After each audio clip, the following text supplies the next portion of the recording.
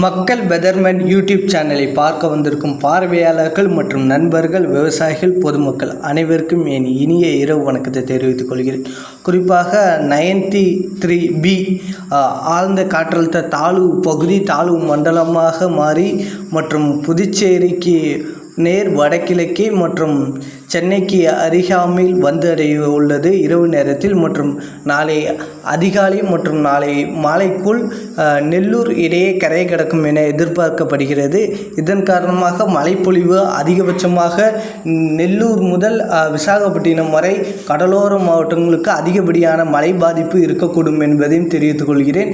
இதன் காரணமாக நெல்லூர் மாநிலங்களுக்கு கொஞ்சம் குறிப்பாக சொல்லப்போனால் ஆந்திரா மாநிலம் மற்றும் விசாகப்பட்டினம் மற்றும் நெல்லூர், காக்கிநாடா போன்ற மாவட்டங்கள் எச்சரிக்கையாக இருக்கும்படியும் அறிவுறுத்தப்படுகிறது. மற்றும் இதன் காரணமாக தமிழ்நாட்டுக்கு எப்படி மழை அமையும் என்பதை பார்ப்போம். நிகழ்வு வடக்க போனாலே தமிழ்நாட்டுக்கு மழை குறைந்து விடும் என்பதையும் தெரிவித்துக் கொள்கிறேன். இதற்கு அடுத்தபடியாக அடுத்த நிகழ்வு 27ஆம் தேதி 27ஆம் தேதியெலாம் உருவாகி 28ஆம் தேதி தமிழ்நாட்டை நோக்கி வரக்கூடும் என்பதையும் தெரிவித்துக் கொள்கிறேன். தற்போதைய மழை நிலவரத்தை பொறுத்தவரை வெப்பசலன இடிமலையாக அமையக்கூடும். பருவமழை காலத்தில் ஒரு வெப்பசலன இடிமலையாக அமையக்கூடும். இது கிழக்கு திசை காற்று இருக்கும் பட்சத்தில் இரு காற்று நிகழ்வு சந்திப்பு ஏற்பட்டு குறிப்பாக தருமபுரி மாவட்டம் தீர்த்தக்கரையெல்லாம் அடித்து நொறுக்கியிருக்கு. தீர்த்தமலை சுற்றுவட்டார பகுதியில் கனமழை முதல் மிக கனமழையானது வெளுத்து வாங்கியுள்ளது.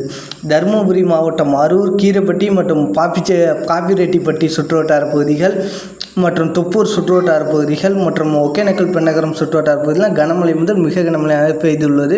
மற்றும் மாநகரத்திலும் பரவலாகவே கனமழை முதல் சற்றே ஆங்காங்கே மிதமான மழையும் பெய்துள்ளது. மற்றும் இதன் காரணமாக கிருஷ்ணகிரி மாவட்டம் பருங்கூர், காவேரிப்பட்டினம், ஊத்தங்கரை மற்றும் ஒசூர், தேவங்கனிக்கோட்டை சுற்றுவட்டார பகுதியில் கனமழைக்கு வாய்ப்புள்ளது என்பதையும் தெரிவித்துக் கொள்கிறேன். மற்றும் திருவண்ணாமலை மாவட்டத்துக்கு ரெட் அலர்ட் வழங்கப்படுகிறது. குறிப்பாக இந்த ஜவ்வாறு மலைப்பகுதியில் மலைப்பகுதியில் வசிக்கும் மலை கிராம மக்கள் சற்று எச்சரிக்கையாக இருக்கும்படியும் அறிவுறுத்தப்படுகிறது. என்ன காரணம் என்றால் இரு காற்று நிகழ்வு அங்கு தான் சந்திப்பு ஏற்படுத்தக்கூடும். அதிகப்படியான மழையும் அங்கு தான் இருக்கக்கூடும் என்பதால் அருவிகள், சாத்தனூர் அணையெல்லாம் வெள்ளப்பெருக்கு ஏற்படும் கூடும் என்பதையும் தெரிவித்துக் கொள்கிறேன். மற்றும் தாழ்வான பகுதியில் வெள்ளம் சூழ்ந்து காணப்படும் என்பதால் திருவண்ணாமலை மாவட்ட மாநகரத்துக்கு கனமழை முதல் மிக கனமழையானது இருக்கக்கூடும். குறிப்பாக தருமபுரி, திருவண்ணாமலைக்கு நாளைக்கு பள்ளி கல்லூரிகளுக்கு விடுமுறை விட அதிக வாய்ப்புள்ளது என்பதையும் தெரிவித்துக் கொள்கிறேன். இதற்கு அடுத்தபடியாக திருவண்ணாமலை மாவட்டத்திலும் குறிப்பாக மாநகரம் காட்டிலும் இந்த செங்கம், புதுப்பாளையத்தில் கனமழை முதல் மிக கனமழையானது இருக்கக்கூடும். அண்ணாமலையார் கோவில்லாம் தண்ணீர் சூழ்ந்து காணப்படும் என எதிர்பார்க்கப்படுகிறது. அந்த அளவுக்கு மழைப்பொழிவு இருக்கும். மற்றும் ஆரணி அதன் சுற்றுவட்டார பகுதிகளெலாம் கனமழை முதல் மிக கனமழை இருக்கக்கூடும். மற்றும் பார்வதி மலை அடிவாரத்தில் கனமழையானது கண்டிப்பாக இருக்கக்கூடும் என்பதையும் தெரிவித்துள்ளேன். இதற்கு அடுத்தபடியாக வேலூர் மாவட்டம் அடுக்குப்பாறை மற்றும் அணைக்கட்டு பகுதிகள், குடியாத்தம் சுற்றுவட்டார பகுதியில் கனமழையானது இருக்கக்கூடும். பரவலாகவே வேலூர் மாவட்டத்துக்கு மிதமான மழை முதல் சற்றே கனமழையானது இருக்கக்கூடும் என்பதையும் தெரிவித்துள்ளேன். இதற்கு அடுத்தபடியாக ராணிப்பேட்டை மாவட்டம் ஆற்காடு, திருவலம் மற்றும் அரக்கோணம் சுற்றுவட்டார பகுதியில் கனமழையானது இருக்கக்கூடும் என்பதையும் தெரிவித்துள்ளேன். பரவலாக மிதமான மழை முதல் சற்றே கனமழையானது இருக்கக்கூடும் என்பதையும் தெரிவித்துள்ளேன். மற்றும் காஞ்சிபுரம் மாவட்டத்திலும் குறிப்பாக இந்த பரந்தூர், அதுக்கப்புறம் வந்தவாசி, உத்திரமேரு, ஊத்துக்காடு மற்றும் ஆஜராப்பேட்டை சுற்றுவட்டார பகுதிகள், ஸ்ரீபெரும்புத்தூர் சுற்றுவட்டார பகுதியில் கனமழையானது இருக்கக்கூடும் என்பதையும் தெரிவித்துக் கொள்கிறேன். மற்றும் இதற்கு அடுத்தபடியாக குறிப்பாக செங்கல்பட்டு மாவட்டம் அச்சரைப்பாக்கம் மற்றும் மேல்மருவத்தூர், பரவலாகவே செங்கல்பட்டு மாவட்டத்துக்கு சாரல் முதல் மிதமான மழையும் ஒரு சில இடத்தில் கனமழையானது இருக்கக்கூடும் என்பதையும் தெரிவித்துக் கொள்கிறேன். மற்றும் இதன் காரணமாக திருவள்ளூர் மாவட்டத்துக்கும் பல இடங்களில் கனமழையானது இருக்கக்கூடும் என்பதையும் தெரிவித்துக் கொள்கிறேன். திருவள்ளூர் மாவட்டத்துக்கு நாளை பள்ளிகளுக்கு விடுமுறை விட அதிக வாய்ப்புள்ளது என்பதையும் தெரிவித்துக் கொள்கிறேன்.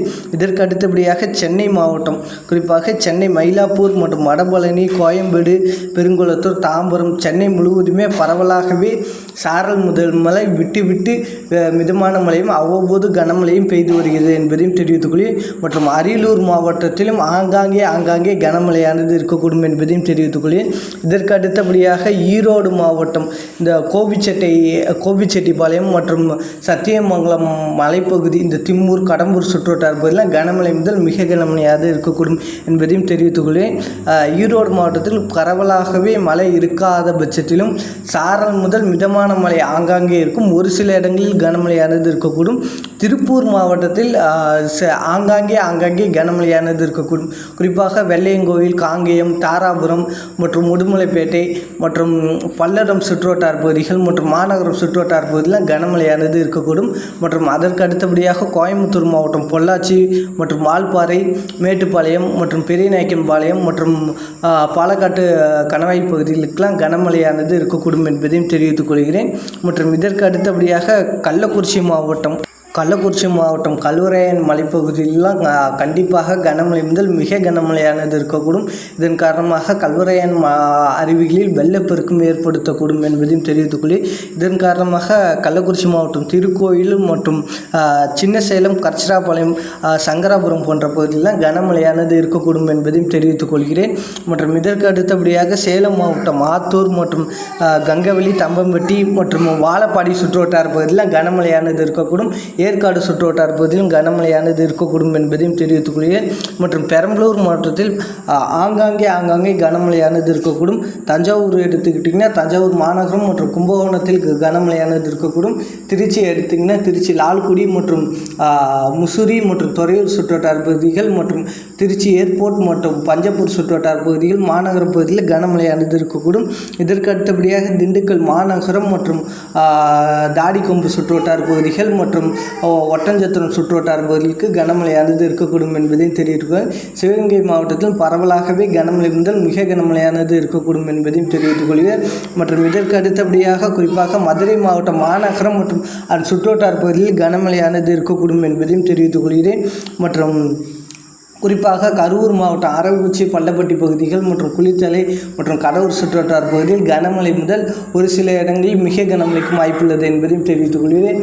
மற்றும் இதற்கு அடுத்தபடியாக சொல்லப்போனால் தென் மாவட்டங்கள் இந்த ராமநாதபுரத்தில் ஒரு சில இடங்களுக்கு கனமழை வாய்ப்பு இருக்கிறது. மற்றும் புதுக்கோட்டை மாவட்டத்திலும் ஆங்காங்கே கனமழையானது இருக்கக்கூடும் என்பதையும் தெரிவித்துக் கொள்கிறேன். மற்றும் இதற்கு அடுத்தபடியாக கிழக்கு தொடர்ச்சி மலைப்பகுதியில் மழை அதிக அளவு இருக்கக்கூடும் என்பதையும் தெரிவித்துக் கொள்கிறேன். மற்றும் விழுப்புரம் மாவட்டம் செஞ்சி, விக்கிரவாண்டி மற்றும் குறிப்பாக திண்டிவனம் சுற்றுவட்டார பகுதியில் கனமழை முதல் மிக கனமழையானது இருக்கக்கூடும் என்பதையும் தெரிவித்துக் கொள்கிறேன். மற்றும் குறிப்பாக சொல்லப்போனால் புதுச்சேரிக்கு மிதமான மழையானது இருக்கக்கூடும். ஒரு சில இடங்களுக்கு வேணால் கனமழைக்கு வாய்ப்புள்ளது என்பதையும் தெரிவித்துக் கொள்கிறேன்.